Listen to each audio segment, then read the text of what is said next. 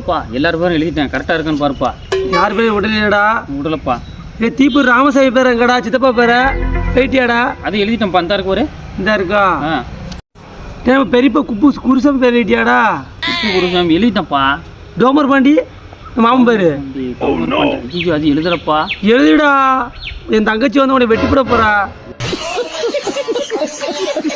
சரிப்பா, இது எல்லாம் போட்டுருவோம். நிகழ்ச்சியெல்லாம் போடுறதா எழுதிருமா பத்திரிக்கையிலேயும்? நிகழ்ச்சியா? என்ன நிகழ்ச்சிடா? அந்த பாட்டு கச்சேரி.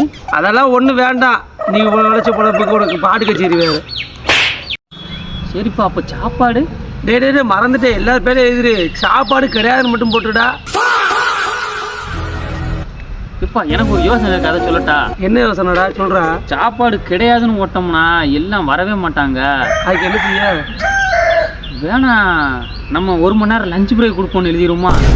இல்லை வீட்டில் போய் சாப்பிட்டு வந்துடுவாங்கல்ல. டேய் மகனே, வாழ்க்கையில் இப்போ தானே உருப்படியாக ஒரு காரியத்தை இருக்கேன்.